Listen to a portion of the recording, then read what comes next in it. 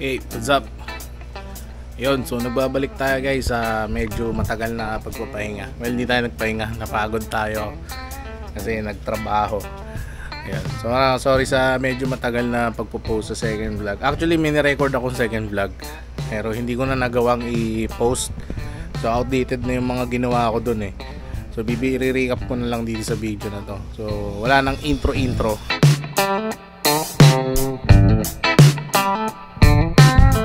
So ito yung vlog number 2 ni Jugols Fish Hub. So don't forget to like and subscribe, and kung may mga katanungan kayo, huwag kayo mahiya mag-comment sa baba. Ayan. So ito na.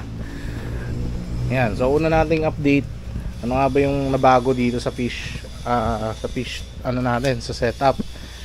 So nakikita nyo, ito na yung bago nating airline. Ito na. So meron tayong valve dyan. Ready na yan. So ito yung custom na PVC air valve. Ayan, tapos pwedeng siya isarado. Maglalagay pa tayo ng mga clip dyan to secure. Pero sa ngayon ginagawa ko, maluluwag pa yan. Ayan, so ngayon napagdesisyonan ko na ito yung para sa second row. And obviously yung una sa taas is yung sa first row. Pero ayan, pag-iisipan ko kung itong second row itutuloy ko for third row, or pwede ko namang kuhanin na lang yung second row tapos butasin ko hanggang pababa.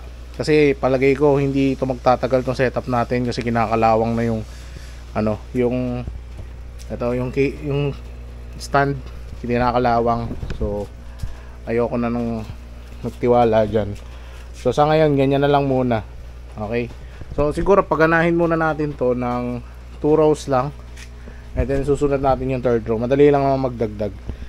Ayun. So ngayon ang problema ngayon dito, paano ko silang bubutasan. Hindi ko alam kung dito or sa baba. Pero ayan, dyan ko lalagay yung mga butas. Ayan, so hopefully this week magawa ko to. Pero napaka hectic ng week ko ngayon kasi may planning kami sa work. So sana magawa ko.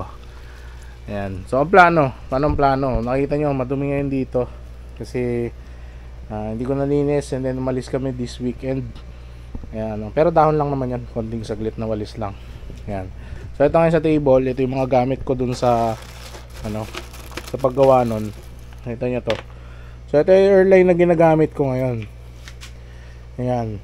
Ganito, nabili ko to sa Shopee. Sobrang mura lang, sobrang dami nito guys. Parang 500 yata to na airline. Air valve pala, sorry.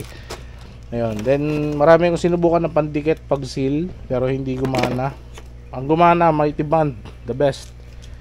And then yung butas na ginamit ko is, hindi ko alam kung anong to eh, pero ito yung pangalawa, siguro 10mm or search ko na lang kung ano yung size ng drill bit, pero yun yung pinambutas ko. So ito yung trial ko na ginawa. So gumawa lang ako ng maliit na version nun. So ito ay medyo aksaya to eh. Ayan. So una kasi dinikit ko tong thread without threaded na coupling. Tapos ito yung custom air valve natin na alam ko 8mm yata itong sukat nito. Tapos 8mm to 1/2. Then ayan, nag-merge sila. Tapos ito ito kasi threaded to. Threaded to threaded. Para pwede kong i-reuse. Parang ito rin threaded. Kasi mahal kasi yun eh, ito. Nakalimutan ko kung 20 plus ang isa. And sobrang tagal dumating yan kapag in-order sa Shopee. Ayun, so ito yung gamit ko. So ayan, sinasabi ko sa inyo kung saan bumibili Ayan, yung iba kasi hindi nila sinasabi kung paano buuin yung airline guys. Pero bibihira kaming makikita mo. Ako hindi ko nakakita ng gumamit nito eh. Ayun, so kung nandito ka at nakita mo to, nakatulong sa'yo, kaway ka naman dyan sa comment section natin. Masarap din kasi na may natulungan. Kung gusto mo yung link, comment mo lang at i-search ko para sa'yo. Yung pinakamura sa Shopee. Yung nga lang, pinakamura sa Shopee, kadalasan matagal dumating. Ayan, so ito naman yung trial natin. So ang una kong tinest is yung cyano acrylate na elephant, yung pang aquascape. No goods to, malutong to. Pag ito natuyo, malutong. Ayan, so huwag nyo gamitin yan. Glue gun, malambot, so huwag din yun. Ito, Mighty Band pare, solid, sobrang linis ng Mighty Band. Nakita nyo ba? Ayan, sobrang linis ng Mighty Band. And sobrang tibay din. Siguro dadagdagan ko lang ng reinforcement, patutuluan ko ng Mighty Band dito sa loob pag gawa na. Ayan. Pero at least ito goods to. Ayan. So ito kukumpletuhin ko lang yan bago ko fully ilipat tong lahat ng to. Ayan. Para may backup. Ito kasi magagamit ko din talaga to. Dito ko siya kakabit. Ayan. Para dito sa side na to. So ang kabubuan ko dito, baliktad yung side ng valve. Ayan. So ito nakatayo. Dito kasi syempre manggagaling yung hose eh. So, dapat nakaganyan sana siya. Ayan. So hindi ko naisip yun. So this week the goal is butasan. Ayan. For each one. So 8 butas dito. And then maybe magsisingit ako ng isa pang butas dito sa gilid para for extra. Gusto ko may pa-aeration ako ng tubig, ng stock water. Okay. O kaya dito, dalawang sobra. Pero ito kasi gagawin ko elbow yan for the third row. Ayan. Pero ganun yung plano. Okay. Sa isda natin this week wala pang nanganak. Well actually meron pala guys. Ito dito may nag-drop na around 25 pieces. Nandito na sila ngayon. Ayan, hindi ko alam kung bakit kumonte. Ay hindi, nandun sila sa likod. Ayan, 25 pieces na Yamabuki or Golden Albino. Ayan, kung ano man tawag natin. And then yun. Dito naman, ito na yung size ng mga natin, palaki natin. So Juby size na sila. Bondat yung iba. So good sign. Ayan. Ito yung small batch Nagiwalay sila Dito yung malalaki. Ito yung maliliit. Ayan, so gumawa na sila ng sarili ng separation. Ayan, so ito na yung current status natin. Sobrang dami niyan pre Ayan tropa. Ayan, so kung bibili ka, PM nyo na ngayon si Jugols Fish Hub pre. Ayan, mga pre dyan, mga tropa. Ayan, PM lang. Ayun, second part naman ng ating vlog ay itong mga iba nating isda. Tsaka third part is yung outdoor tub. Mainit kasi dun sa outdoor tub, so panghuli na natin yan. Ayan, ito na ngayon yung mga female ang tawag dito, pea dirt natin. Malalaki na sila. So yung iba yung mga ibang juby na maliliit dati naging male na. Ayan so iwalay ko na dapat yan. So ang hirap lang nilang kuhanin. Ayan. So ang dami yan guys. So sineparate ko na yung male at female para lumaki sila. Mag-adult talaga sila before breeding. Ayan. So ito naman yung mga male. Ang tinira ko dun sa tub is isang good male. Yung talaga yung naka-flare yung tenga na pea dirt. Ayan. And then dito naman sa baba, itong mga nagkakagulo na to. Ito yung mga marble natin. Marble and platinum mixed siya. Ayan. So kung naghahanap kayo ng pang pet shop, PM na guys. Murang mura yan pre.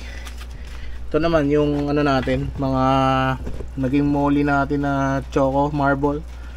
PM na. Ayan. So the rest same pa din. Ito yung mga binibenta natin. Ito.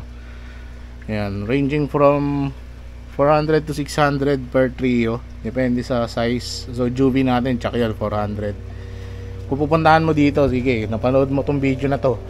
Pagtawag mo sa akin, sabihin mo napanood mo yung video na to, sige, bibigay ko sa'yo 300 yung trio. Okay. Sobrang good deal nun pre. Ayan. So ngayon, punta na tayo sa sa labas. Tapusin na natin ito at maingay yung gumagawa. Hey. Yung nga palang video natin ngayon, hindi siya naka fish eye.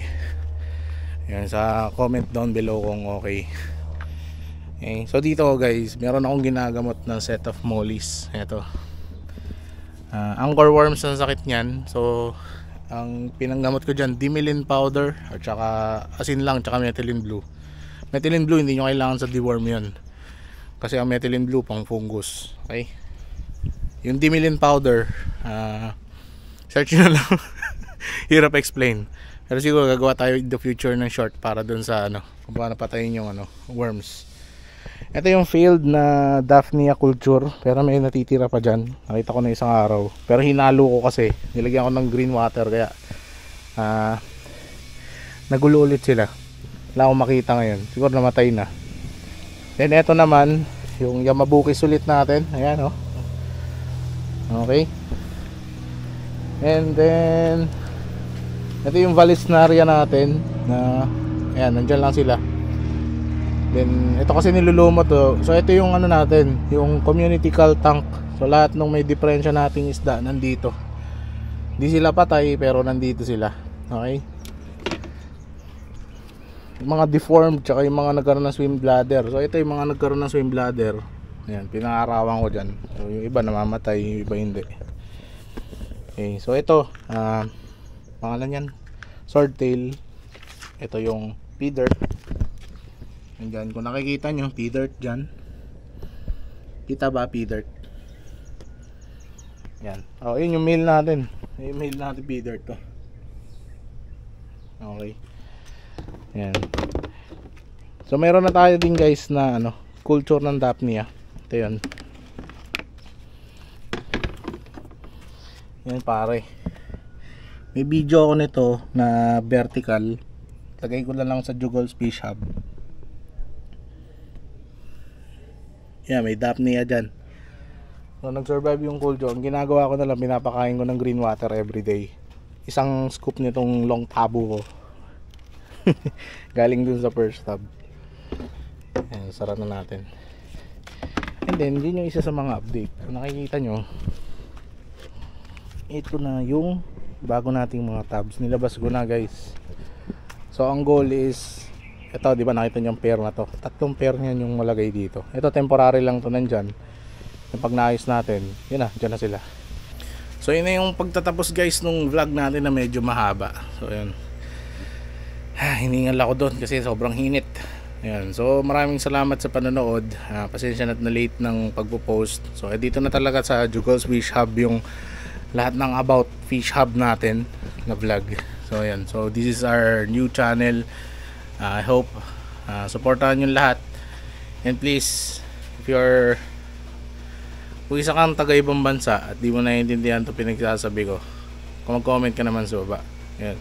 So if you're person from another country, huwag na comment ko na lang sa baba. Okay, so yun, meron kasi ang dami kasi nilang nagko-comment. So binubura ko, yung iba sinasagot ko, hinahayaan ko doon kasi gusto daw nila maintindihan nila. Oo naman, may sense naman. Kasi ibang sila Albert, Dexter, Albert's Gapi Adventure, saka si Dexter World, English sila, di ba? So syempre mare-relate tayo doon kapag nanood sila. Tagalog yun sa atin, Filipino language. Mahirap, di ba? So naiinis yung mga taga-ibang bansa. Kasi English nga naman yung title ko. Tapos Tagalog yung content. Well, yun lang. So kapag sa atin di biglang English na yung salita natin, huwag kayo magulat. So ayun na nga guys. So that's our video for today. So don't forget to like and subscribe. And as always, mag-ingat kayong lahat. And yeah, happy fish keeping.